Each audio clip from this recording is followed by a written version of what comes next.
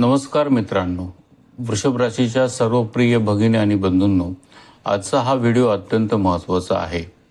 कारण आपण साडेसातीबद्दल बोलणार आहोत, पण साडेसातीच्या भीतीबद्दल नाही, तर साडेसाती सुरू होण्यापूर्वीच्या त्या शेवटच्या 12 महिन्याबद्दल, जे अनेक वृषभ राशीच्या लोकांच्या आयुष्यातील निर्णायक वळण ठरू शकतात. एक क्षण स्वतःला विचारा, गेली काही वर्ष तुम्ही खूप मेहनत केली का? जबाबदाऱ्या वाढल्या का? प्रयत्न वाढले, पण परिणाम मात्र अपेक्षेइतके मिळाले नाहीत. कधी असे वाटते का की जीवन पुढे चालले आहे, पण तुमची प्रगती मात्र कुठेतरी अडकून पडली आहे? जर हे तुम्हाला ओळखीचे वाटत असतील तर हा व्हिडिओ शेवटपर्यंत नक्की पहा. कारण 2 जून 2027 पासून वृषभ राशीची साडेसाती सुरू होत आहे. पण त्याआधीचा हा काळ तुमच्या आयुष्यातील काही मोठ्या अडथळ्यांना मागे टाकून नवीन संधीचे दरवाजे उघडू शकतो.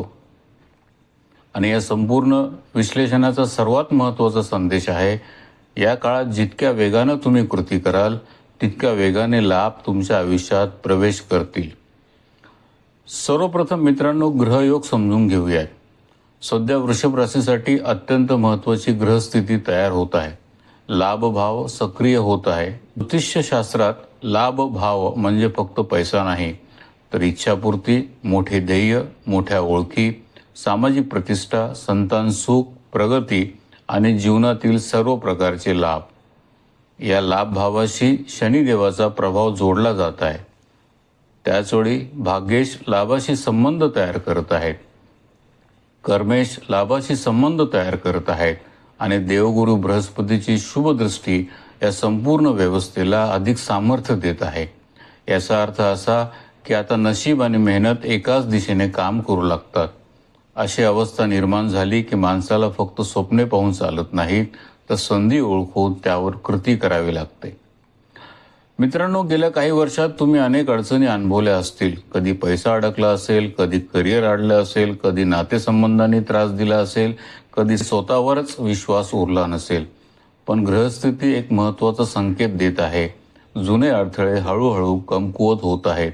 जुन्या अडचणींची पकड कमी होत आहे आणि तुमच्या आयुष्यात नवप्रवाह सुरू होण्याची शक्यता वाढत आहे. नवीन ऊर्जा, नवीन संधी, नवीन दिशा, नवीन आत्मविश्वास. पण हा नवप्रवाह फक्त त्यांनाच लाभ देईल जे पुढे जाण्याचा निर्णय घेतील.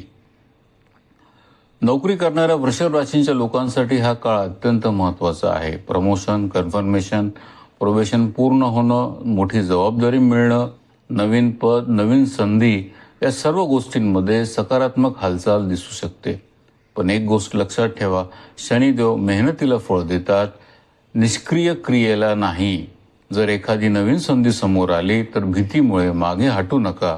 कारण या काळाचा नियम स्पष्ट आहे, जितक्या वेगानं तुम्ही पुढे जाल तितक्या वेगानं प्रगती तुमच्याकडे येईल. एक कॉमेंट करून सांगा वृषभ राशीच्या मित्रांनो, गेल्या काही वर्षात सर्वात जास्त संघर्ष कुठं झाला आहे? करिअर, पैसा की नातेसंबंध? कॉमेंटमध्ये नक्की लिहा. आता एक महत्त्वाचा प्रश्न, तुमच्या मनात अनेक वर्षांपासून स्वतःचा व्यवसाय सुरू करण्याचं स्वप्न आहे का? असेल तर हा भाग काळजीपूर्वक ऐका. ग्रहयोग सूचित करतात की योग्य नियोजन आणि योग्य तयारी असल्यास नोकरीतून व्यवसायाकडे जाण्याचा हा काळ अनुकूल ठरू शकतो. घाई करू नका, पण भीतीमुळे थांबू पण नका, कारण काही संधी पुन्हा पुन्हा येत नाहीत. ज्यांचा स्वतःचा व्यवसाय आहे त्यांच्यासाठी देवगुरु बृहस्पतीची दृष्टी विशेष महत्त्वाची आहे.